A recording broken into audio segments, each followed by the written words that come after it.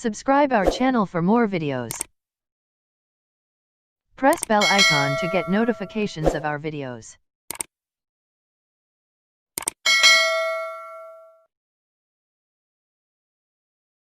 नमस्कार दोस्तों, स्वागत है आपका हमारे YouTube चैनल महेश प्रजापति में। आज हम करने वाले हैं 10th क्लास का अलजेब्रा का 4th लेसन फाइनेंशियल प्लानिंग का प्रॉब्लम सेट 4A की टोटल में 3 पार्ट में वीडियो बनाई है। तो आज करने वाले हैं पार्ट 1, जिसमें हम इंक्लूड करने वाले हैं क्वेश्चन नंबर 1, 2, 3 और जो रिमेनिंग क्वेश्चन है अलग अलग 2 पार्ट्स में हम इंक्लूड करेंगे, जिसका लिंक आपको इस वीडियो के डिस्क्रिप्शन बॉक्स से मिल जाएगा। तो चलिए स्टार्ट करते हैं आज की वीडियो।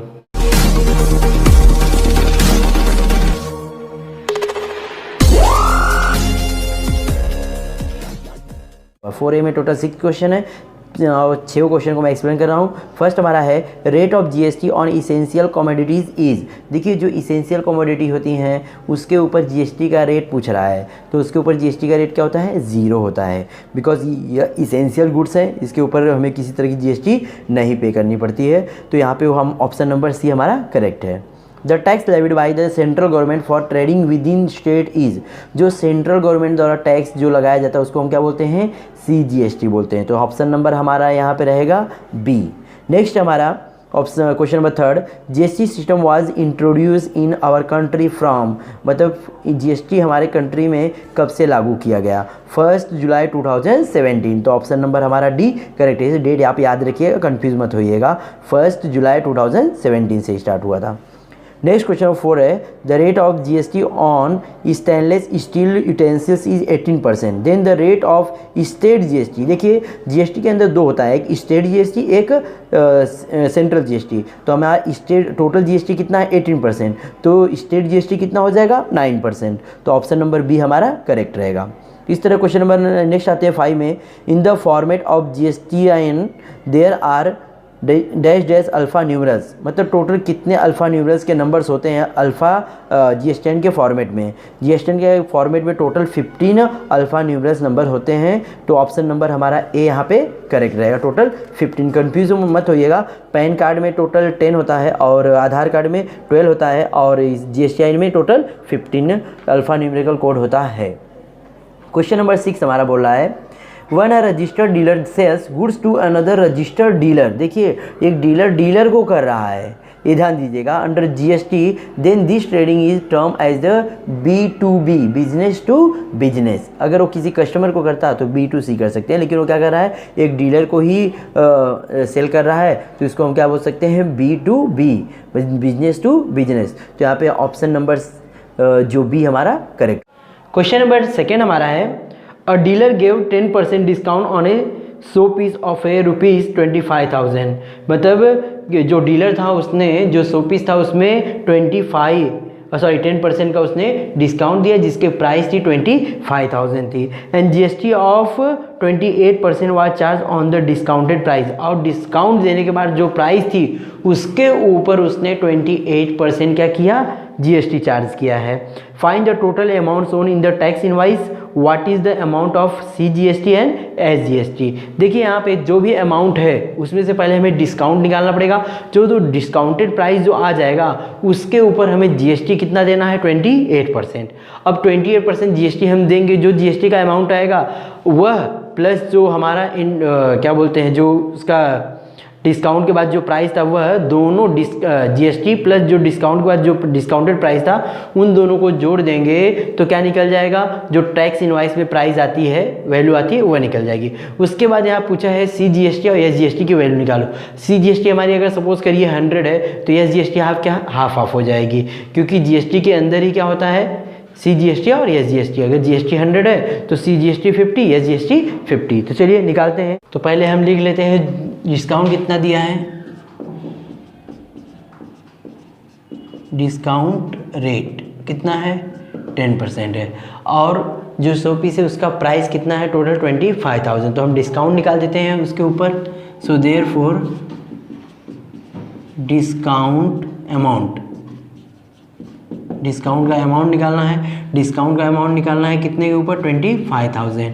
25,000 अपॉन 25,000 का 10% ना, तो 10% of 25 25,000, so therefore 25,000 into 10/100 cancel करते हैं, 0 से 0 कैंसिल, A0 से A0 कैंसिल, कितना आ जाएगा ₹2500। यह उसने डिस्काउंट दिया है, टोटल 25,000 का था, उस पे से 2500 डिस्काउंट मिला है, तो डिस्काउंट के बाद जो प्राइस है वह निकालते हैं, discounted price. So therefore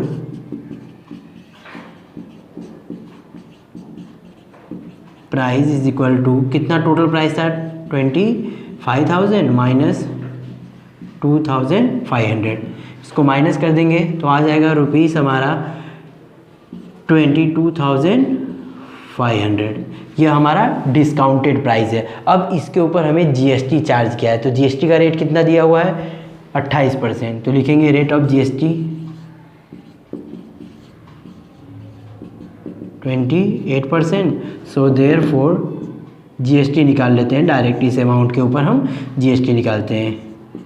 GST is equal to 28% of 22,500, 22,500 into 28/100 cancel करते हैं, 0 से 0 कैंसिल, 0 से 0 कैंसिल, बचेगा 225 इंटू 28, इसका मल्टीप्लाई कर दीजिए आप, मल्टीप्लाई करेंगे तो आएगा हमारा 6,300 आएगा। यह टोटल हमारा जीएसटी है, यह जीएसटी प्राइस है और यह डिस्काउंटेड प्राइस है, डिस्काउंट के बाद ये प्राइस है और ये जीएसटी है। तो अब इसका हम क्या निकालना है, यहाँ पे total amount shown in the tax invoice निकाल लेते हैं। जो टैक्स इनवाइस में हमें अमाउंट दिखाना रहता है, total amount shown in tax invoice is equal to, उसमें 2 होता है, एक टैक्सेबल वैल्यू जो हमारी जो डिस्काउंटेड प्राइस है कि हमारी टैक्सेबल वैल्यू है,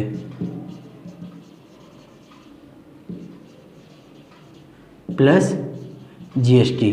टैक्सेबल वैल्यू कितनी थी 22,500 प्लस जीएसटी हमारा कितना था 6,300, जोड़ देते हैं तो हो जाएगा 28,800। यह क्या हो गया हमारा, यह टोटल प्राइस हो गया, मतलब यह प्राइस में उस कस्टमर को यह जो भी है पड़ेगा। अब उसके बाद यहाँ पूछा है कि CGST और SGST कितना है वह बताइए। जीएसटी का अमाउंट कितना था, जीएसटी का अमाउंट हमने यहाँ निकाला है, ये है, तो CGST क्या हो जाएगा, इसका हाफ हो जाएगा, तो लिखेंगे हम यहाँ पे CGST is equal to SGST is half of GST, GST का हाफ। जीएसटी कितना था 6,300, इसका हाफ कर देते हैं, कितना हो जाएगा 3 2 जा 6, 2 1 जा 2, 2 5 रुपीज़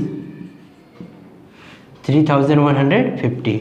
सो देयरफॉर अब यहाँ पे लिख देंगे हम, दोनों अलग अलग कर देंगे, तो so therefore CGST is equal to rupees 3,150 and SGST is equal to rupees 3,150। यहाँ पे हमने तीनों अमाउंट निकाल दिया। पहले हमें कौन सा अमाउंट निकालना था, total amount shown in tax invoice, यह आया यहाँ पे, और उसके बाद CGST निकालना था, ये SGST निकालना था। यहाँ पे हमने तीनों वैल्यू निकाल दी। इस तरह क्वेश्चन नंबर 2 हमने कंप्लीट कर दिया। क्वेश्चन नंबर 3 हमारा है, a readymade garment shopkeeper gives 5% discount on the dress of ₹1000।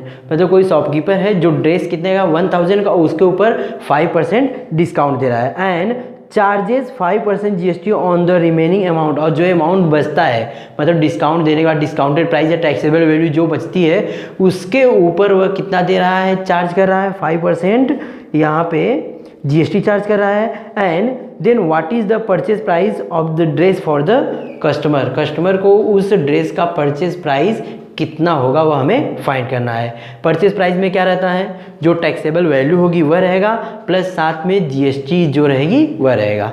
तो पहले हम डिस्काउंट देख लेते हैं, सेम जैसा पहला क्वेश्चन दूसरा क्वेश्चन था, सेम उसी की तरह है। तो यहाँ पे डिस्काउंट लिख लेते हैं हम। यहाँ पे डिस्काउंट रेट कितना है 5%, डिस्काउंट रेट 5% है। सो हम यहाँ डिस्काउंट निकाल देते हैं, डिस्काउंट 1000 रुपीज़ के ऊपर। So therefore discount amount is equal to 5% of ₹1000। तो 1000 इंटू 5/100, 5% मतलब 5/100। 0 0 कैंसिल, 0 से 0 कैंसिल हो जाएगा। डायरेक्ट इंटू कर देंगे, 10 5 जा 50, ₹50 यह डिस्काउंट दिया। तो अब डिस्काउंटेड प्राइस निकालते हैं, तो इसको हम क्या बोलते हैं, टैक्सेबल वैल्यू भी बोलते हैं। लिख सकते हैं आप, टैक्सेबल वैल्यू भी लिखे चलेगा। टैक्सेबल वैल्यू, टैक्सेबल वैल्यू क्या हो जाएगी, टोटल कितना था 1000, उसमें से 50% डिस्काउंट दे दिया, तो कितना हो गया ₹950 ये आ गया हमारा टैक्सेबल वैल्यू। अब इसके ऊपर हमें जीएसटी चार्ज किया है। पहले उसने डिस्काउंट दिया तो अमाउंट हो गया। अभी इसके ऊपर उसने जीएसटी कितना चार्ज किया है 5%, तो इसके ऊपर हम जीएसटी निकालते हैं। चलिए तो जीएसटी रेट लिख देते हैं। रेट ऑफ जीएसटी कितना है 5%। So therefore GST is equal to 5% of this value, मतलब टैक्सेबल वैल्यू 950। तो 950 इंटू 5/100 कैंसिल करेंगे, 0 से 0 कैंसिल हो गया, 5 से 5 1 जा 5, 5 2 जा 10, क्या बचा 95/2, इसको डिवाइड करते हैं 47.50। यह क्या हमारी होगी जीएसटी का रेट हो गया। अब हम अपना जो वैल्यू लिखते हैं जो कस्टमर को पड़ेगा, तो लिखेंगे price for the customer, purchase price of the dress, purchase price of the dress for the customer. इसमें क्या चीज़ होगा, दो चीज़ होगा, एक तो taxable value, taxable value plus GST.